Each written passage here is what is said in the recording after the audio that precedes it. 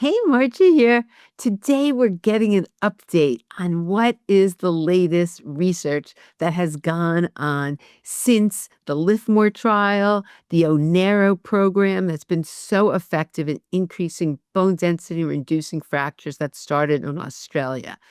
And what you're going to learn is number one, does it matter if you do an exercise program or this specific ONERO program once or twice a week? Does it matter if you have adequate calcium in your system? And what about the age? Are people who are older less likely to gain bone or more bone? What happens? And number four, what's the deal with calcium? Do we really need calcium, enough calcium to build bone? And medication. What happens if you take medication? Do you really need to do these resistance exercises also? So we will talk about all this, and I'm so excited about our special guest, Dr. Belinda Beck. And Dr. Belinda Beck is a professor of exercise science at Griffith University in Australia and the director of the Bone Clinic, a research facility and clinical practice for patients with osteoporosis. So her research focused on exercise interventions across the lifespan for bone health. And she developed the ONERO exercise program for the prevention of osteoporotic fractures, which is now delivered worldwide. And this is the program I know I've told many of you about that I've been doing now for 2 years, and I just think is amazing. So stay tuned and you'll hear all the latest. Welcome, Belinda. It's always such a treat to see you. I'm delighted to be here. So we've met numerous times, and you've been coming on to the podcast and on the summits, and you always fill me in. But what I love so much is that you are a researcher and you are constant, and really your research with the Liftmore has changed everything. I mean, it's completely changed what physical therapists, what everybody's recommending. And what's to me so exciting, Belinda, is that I was at the conference and the doctors are recommending this. The doctors are mentioning ONERO. And so it's really becoming mainstream in the United States. I mean, everybody's hearing about it. And just for those listening, I guess we should just give a real quick brief because some people may not know who you are and Liftmore and ONERO. So before we get started into everything, just give a real quick brief summary of your research and what happened since. Let's just give a quick before we even go into all the new stuff that we're going to talk about. So the Liftmore trial that you've been talking about was the first trial to test a heavy lifting and impact program for people with low to very low bone mass. And it hadn't been tested before because obviously we thought that we were going to break people. And but the problem was all the other kinds of exercise were just not having the desired effect. They weren't increasing bone mass. They might have been possibly reducing fractures by stopping people falling, but they weren't increasing bone mass. And that was the holy grail. So Liftmore came along. It was an 8-month intervention of heavy lifting twice a week, 30 minutes, and lo and behold, we grew bone. So this then was followed by Liftmore for men, because the first one was postmenopausal women over 60, and then we did the MedXOP trial. And along the way, because we were getting these fantastic outcomes, because not just bone was improving, but all the functional outcomes that are likely to prevent falls were improving. We opened the clinic, and the Bone Clinic is a health facility specifically for osteoporosis and low bone mass, osteopenia, where people can come and we collect data on them just like we did in the Liftmore studies. But we offer ONERO, which is what we call the program. And I'm wearing my ONERO T-shirt so that everybody knows what the ONERO little symbol is. And because oftentimes they'll read that and go, is that ONERO or what is that? So it's ONERO. It comes from the Latin for overload, because that's what you have to do for bone to make it adapt.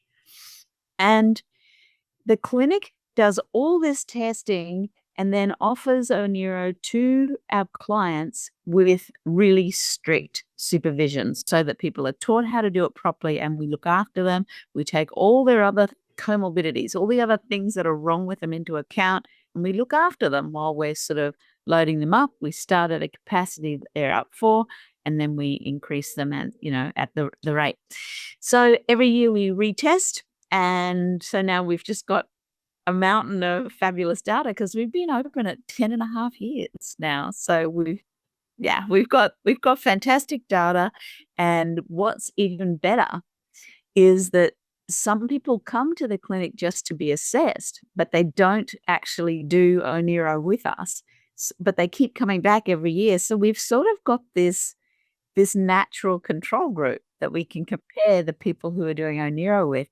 And even better is because we keep track of attendance and what weight people are lifting, now we can look at dose response. So we can see how many times a week should you be coming, how heavy do you really need to be lifting, and it's the data doesn't lie. It's great. Well, we're going to talk about all that, but before we talk about that, I just have to share because the reason I'm so excited to have you back is this program is just beyond. So when I had you on the summit, my last question to you was, so Belinda, is there anyone in the United States doing this? And you said there was one person, only one person, the whole United States, because you had people in Australia and other places, but in the United States, only one practitioner. And so where did she live? She lived in Somerset, New Jersey, 25 minutes from me, Dr. Claudia Tomas. So I interviewed her and we just hit it off right away. And then I said to her, you know what? I do strength training. I've done this for many years, but not to the same level as ONERO, just not. I said, you know what? I'm coming. I want to see what this is like for myself. So now 2 years later, I am so strong, Belinda. I can't even get over. And what I have seen, because I usually come a certain time, but I've met the women in her class. I've met so many women. It's a whole community, but everyone is strong, empowered, and truly it's transformed lives. It's amazing. It's just, I just can't say enough wonderful things about this and how it takes a diagnosis and turns it on its head. And, from fear to being strong and powerful. It's just wonderful. But now, and it's funny, I have a shirt because Belinda was doing trainings in the United States. So now, you want to show us? I know you said you have a map of how many people in the United States are training. I mean, they're all over now. I'm going to share my screen. Can you see that now? And see this map. Oh my goodness, Belinda. I know. So in Australia, there's tons. And if you zoom in, you can see, we've got lots and lots of people everywhere. There's the bone clinic there in Brisbane and tons. But if you navigate around the world, I mean, we've got 2 in Hawaii, but yeah, from where Claudia is over here in New Jersey, it's actually a bit of a cluster there.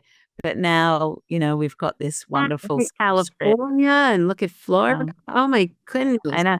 Florida just took off this year after, not having it for a while. And that was great because huge demand, as you can imagine, in Florida. But even, up in the Pac Northwest, I visited these guys this year, and a bit of a cluster in Denver, in the Colorado area. There is so much demand. There is heaps of opportunity for anybody in the States. You can see there's lots of room there that is just not covered. Can't get over from when we first spoke, and there was one person. This is so exciting. So so for anybody wanting to do it, we'll put the link in, right? They just go to find that map. Where do they go to? I think it's I'll give you the link. We'll put it in the show notes. If they just Google ONERO locations, that'll be the first thing that comes up, and they just click on it. And if they zoom in and click on one of those little tabs, there's a drop down which has all the details of who that is, the name of the clinic and the contact details. And I think the really beautiful part is that you have made sure, so it's not just any old person can open a clinic. These people have to be trained physical therapists. They have background. They know what they're doing. So you can really be assured that it's safe. It's not, and everyone does their own thing. If someone has, as you said, a comorbidity or something, the program's designed for them. It's not a research study. So I just can't even tell you what I've seen and just how strong and My bone density increased, my trabecular bone score increased. Like, it's just really, really super exciting. Right, Maggie. And I get a kick out of hearing that no matter how many times I hear it. And you can imagine an academic who's done research all their life. Often, mostly, we don't get to see the fruits of our labors in the real world. But I'm so lucky that I have, and I'm getting feedback from clients and patients who just are having this amazing experience. So yeah, you couldn't script it. I'm very, very lucky. Oh, you have to feel so fulfilled. It's all over the world. And, you just, I just credit you. This was against the grain a little bit, but you were going to try it and you were going to see because it made sense. And I think that's the key, though. And I think with everything that research is so important. And that, when we have the research, then we can act accordingly and move beyond. And that's what's happened with this, that it's so well accepted. So, yeah, it's It really, was a classic case of an assumption being, the law, and that's not science, assuming something without having any scientific basis. That's how people just stay in the doldrums. You've got to push the boundaries. yeah, absolutely. But it's just so great. And the fact that not only does bone density get better, people prevent fractures. And there's just something about being strong and being able to do more in your daily life as you get older. It's just the best. So thank you. Yeah. All right. So I want to hear all the new things because I write to Belinda on a regular basis asking, is there any new information? Because I'll let you know. So share with us some of what you've learned from your studies. I can't wait to hear. Well, so the most exciting stuff I think is what's come out of the clinic. So this is a health clinic where everybody comes and they're given the opportunity to do ONERO if they want to. So that means we'll do a really comprehensive assessment of them, just like in the Liftmore study. And we then offer them, to do ONERO fully supervised, however much they want. And obviously, they have to pay for classes because that's what keeps my doors open. So we collect so much information, not just their bone density, but also a lot of functional outcomes. We look at quality of life. We look at some osteoarthritis symptoms. We look at posture, all of those things. As I said, we also keep track of their attendance and how much they're lifting. And that allows me to then look at their response in relation to the dose. Because, this is not a clinical trial. We don't say you must be there at this period of time for this length of time. This is real world. This is people are coming and going. They're going on holidays. They may have care duties. Maybe they can't afford to come twice a week and they just come once a week, or they live too far away. But we know how much they're coming because we're keeping records, because science, right? So now I've got on board a really fabulous biostatistician. This guy is far smarter than me. He knows how to handle data and a lot of data. If you're doing a clinical trial where you randomize somebody into a control group and then into a treatment group, it's very easy to compare those two, and because they're essentially equal groups. And so you're controlling all the variables that influence outcomes, things like age and sex and height and weight and whether they're on medication, all those things. We can't do this because this isn't a regular randomized controlled trial. What we can do is measure everything and then statistically control for it. So the way we analyze the data first was one of the most common questions we get is, do I have to come twice a week? Is once enough? Or if I come 3 times a week, will it be better? So the very first thing I wanted to look at was frequency. And when you look at the compliance or adherence along the sort of the x-axis of a plot, so we have from 0 compliance, not coming at all, to actually 120% compliance, because there are some people who do come 3 times a week, whereas we call twice a week 100%. Now, if you look at bone mineral density change at the spine and frequency, there is a beautiful linear relationship that shows that once a week is definitely better than nothing, twice a week is better. So frequency, there is a dose response. Coming twice a week is better than once, but once is definitely better than nothing. Now, there are some people who come 3 times a week and it looks like they're doing better, but because it's not controlled, it's hard for us to know whether there's something special about those people. They might be very, very good with their diet, for example, which makes them different from the other people not going. So anyway, long story short, there is a frequency response. Coming more is better. You can only come 3 times a week because you must have a day's rest in between sessions. So that's why 3 is the absolute max. So then the next question is, do I have to lift as heavy as you're telling me? Because as you know, we're trying to get sort of 80 to 85% of what you can lift once. And so it's heavy. So when we analyze the data according to weight, and so on the x-axis now we've got load that you're lifting, and then on the y-axis this is change in bone mineral density. So again, we've got this beautiful linear relationship that the more you lift, the more you respond, and that's very, very clear, and consistent at the spine and at the hip. And actually also at the whole body, because we do whole body bone density scans. Hey, Margie here. As a physical therapist, I know firsthand how important exercise is for our bones, overall health, and happiness. And unfortunately, there's a lot of confusion on what exercises are safe and effective for people with osteoporosis. That's why I created this handout that contains a 30-minute video where I explain the concepts so you understand the do's and don'ts when it comes to exercise. And this is important because this way you can go into any class and know what you should be doing and what you should avoid. Because too many people are doing exercises that actually increase their risk of spinal fractures. I also included videos of me demonstrating effective balance, posture, and weight-bearing exercises you can put into your day right away.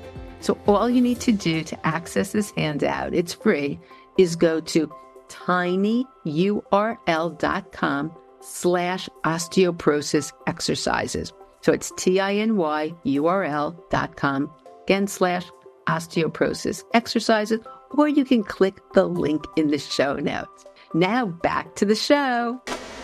Okay, so we know we're trying for 85% of 1 rep max. What was the lowest that you found that you were able to gain bone at? That's a bit of an unanswerable question, unfortunately, because unfortunately, when we look just at load, we can't tell what percent of the person's repetition max it is. We just know that our goal with our clients is to try and get them to 85%, but there are some people who don't get there because they're very, very frail, or they've just had pelvic floor surgery, or there's some reason why it's not safe to get them there. So everyone's just lumped in. So it's a great question, but unfortunately can't answer it. I guess what you did answer, though, was that, yes, you strive to do as much as you can. And it's funny because, with Dr. Claudia, it's, she doesn't let you go. Margie, you can lift more than, because it's funny because, Margie, you can do more than, that's why I love coming, because you get that encouragement, and it's just really, the environment's so good. But she's always like, that's not enough, and it is hard, but you feel so good, you feel so accomplished, but you take rest in between. I mean, I think, there's ways you can do this, that it's super safe. You learn how to stabilize, and but that's interesting about the dose response. For me, twice a week is really enough. I don't think I'd want to come through. I do other things. I swim. I do lots of other things. But this really heavy lifting, for me, the twice a week is perfect. It just gives you enough time to rest and enough time. But that's interesting. But it's interesting. I think is that once is still better than nothing, because a lot of times we were just taught once is absolutely not enough, but you're saying you get some out of it. And at this weight, once is better than nothing. Yeah. It's your muscles are still getting, once a week, they're getting a real workout. And yeah, so the good thing about having trained people be your coach is that they can recognize the signs of under and overload. That if you're really grinding a push and you just can't, and it's just the coach can see, okay, that's too much. Get rid of a bit of weight and just do that movement safely and properly. But if you're zooming around and lifting these weights really fast and you're going back to the bar after about 10 seconds of rest, that is clearly not enough. And your coach will be good at perceiving what where you should be. What I wanted to say is too, though, with my fabulous biostatistician, he is able to look at the moderating effect of some other variables on this dose response. So where I'm interested in, first of all, medication. Does being on medication make that change better or worse? Also, I'm interested in age. Does age make a difference? I'm interested in what your initial value is, because there is a principle of initial values in bone loading that the lower you are, you tend to react more.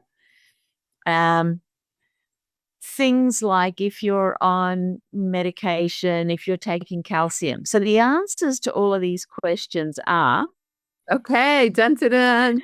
Girl. I'm like sitting here like, oh my gosh, tell me, I want to know. so the answers are it none of those things affect the dose response. The dose response is always there. Load is the most influential feature. So even if you are on or off meds, you're still going to see this dose response. The difference is if you categorize the sample into people who are on and off medication, while both groups are improving, the ones on meds, the amount they improve is more. So it's a perfectly intuitive kind of response. You get the boost from the drugs and you get the boost from the meds. What's really interesting to me is that when you look at our curves, we have included people in these plots who are not doing ONERO. So the load that they are technically lifting, which they're not, is body weight, because we've included in this load body weight. So anyone who is down in the 50 kilo sort of zone, that's largely body weight for most people. They are probably not growing spine BMD, for example. Whereas if you're on bone meds, you probably are. And then if you go across, I'm using my fingers to demonstrate the improvement in bone across the load. And my thumb, let's say, are people who are not on meds. And my pointer finger are the people who are. So they're getting this dose response and the increase is larger for people on meds. However, see where my thumb has ended up. For the people who are lifting very heavy, it is higher than for the people who are not lifting at all but are on meds. So the answer to the question, can I do this and not go on meds? Will I still get a good response? Is absolutely. And for many people, it will actually bring their T-score at least out of the osteopenic zone into normal, and sometimes all the way from osteoporosis if they stick with it for long enough. Certainly into osteopenia, sometimes all the way into normal. So that's the meds question. And, I say something about that because a lot of times, people think that's the panacea. I'll just go on meds. And they're missing the boat. You don't just go on meds. If you need the meds, you have to do everything else too. It's not like that. Yeah. And I'm just talking about BMD, and we know that the other part of the equation is falls. Meds are not going to stop you from falling. Guess what does? Heavy lifting. It's the only thing that really, balance training and heavy lifting. So then when you factor in age, I can also categorize my sample into people who are younger than 50 and then sort of in sort of 10-year or 5-year lots after that. And you see the exact same dose response, irrespective of age, but the ones who are responding the most are the oldest people. They're the ones who are getting the biggest change. Now, I suspect this is because if you look at the effect of initial values, where you started, the ones who are getting the biggest benefits still got the dose response, irrespective of how low you were or how high you were. There's still a dose response, but the people who are getting the most response are the ones who started lowest. So I suspect the age thing is almost certainly because they are normally the ones who are lowest when they start. So how great is it that we have this, our body reacts most when we need it the most? So that's cool. You know what else though is what I'm wondering, because as you said, it's been 10 years and there are people from the original study who are still doing this. Are they continuing to increase? Yeah. Uh, Yeah. I know. It's amazing. And just, the first year is normally the most, but then just little increments and they just keep improving their BMD. And so as long as they keep lifting to their 85%, obviously you can't keep increasing because there's a limit. But if it's as hard, if it still feels like 85% of what you can lift, your bones are still getting the same stimulus. Now, Wow. there's one other element that we use as a modulator, having a look at the dose response, and that I think people will be interested in, and that's calcium. Now, we know that calcium alone is not a treatment for osteoporosis. You can't eat calcium and cure your osteoporosis. You do need to make sure you have enough. If you're deficient, your bones are going to get worse. But just having the recommended daily allowance is good, but it's not going to improve your bone mass. It's going to prevent some of its loss. So how does it interact with the effect that bone receives from this loading? It's the exact same thing. If we put people into different categories according to how much calcium they have, and let's say they start at maybe 400 milligrams a day, right through to the recommended 1,300 milligrams a day. And it's exactly as you would expect. The people who are on the least calcium are responding the least. The ones who are on the recommended allowance are the ones who are responding the most. So that means you're giving adequate building blocks for your bones to adapt. If there's not enough calcium in the system, you can't take advantage of the loading as well as if there is. So those are some pretty cool outcomes, I think. They tell us that you're never too old. The people who need it the most will respond the most. Eat enough calcium every day so that you can get the benefits of the loading. And if you're very low, if your bones are very low, then taking medication is probably going to get you more bang for your buck. Wow, I just want to unpack this calcium thing because in different countries, there's different amounts, so they feel usually like 800's enough to give the bone building. What did you find? Was there a certain amount that you needed? Did they, Uh, well, because a lot of times they say you don't want the really high dose because, there can be other issues in terms of, we don't want calcium, too much calcium. yeah, well, this is a rabbit hole, as I'm sure you know. There's so many ifs, ands, and buts when it comes to calcium. The caveat is you should never be taking a supplement of more than 2,500 a day. Your body can't absorb it, and if you're not just excreting it, it could be laying down inside your arteries. So you don't want more than that, and you do need to get a type that is nice and bioavailable. Through your diet is best. If you can get your calcium in your diet, it's best. There's no evidence that calcium in your diet is ever going to be harmful. The harm seems to come from taking the supplements. So dietary calcium, if you're getting yourself up to your 1,300 milligrams, it's going to be safe and it's going to be recommended. If you're getting less than that, the problem is when your body needs calcium for some other function, because calcium is not just important for bone. Um, where does your body go to get that calcium? If you haven't just drunk a glass of milk, well, it's got to go to the calcium bank, which is your skeleton. So it will resorb some bone to release calcium into the bloodstream so it can use it for that purpose. Now, if you keep doing that and you're not replacing it with adequate calcium in your diet, then you are going to lose mass. So nobody knows exactly what the magic number is, but that's why they say the recommended for postmenopausal women is 1,300 a day, because that's where they've sort of landed.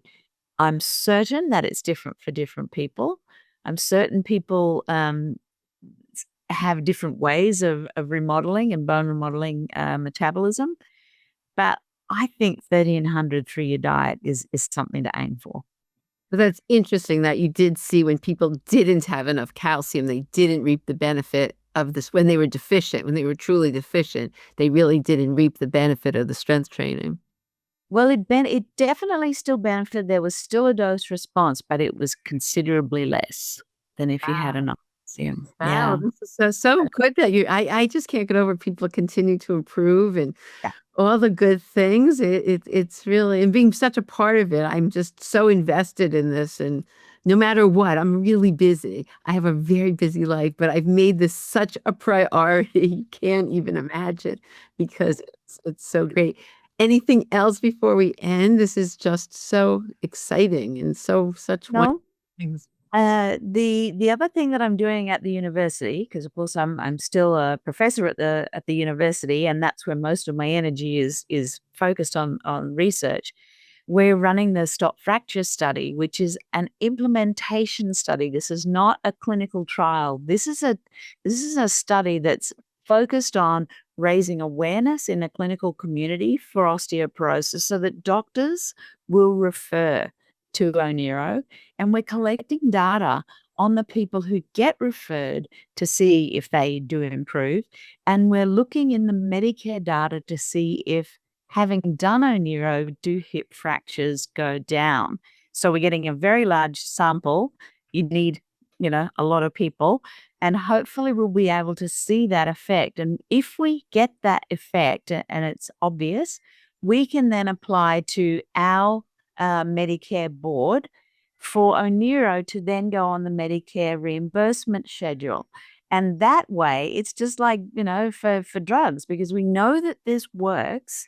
So everybody should be able to do it and get some reimbursement, just like you do for medication. That's the goal. That's where my research energies are going. I've got one more year of that study, and then the hard yards start heading to the government and trying to say osteoporosis is not a rich person's disease. Everybody should have access to this exercise. And you know what? If they do ONERO for their bones, they are almost certainly improving their heart, improving their mental health, improving their metabolism. So all the other benefits are going to come with it.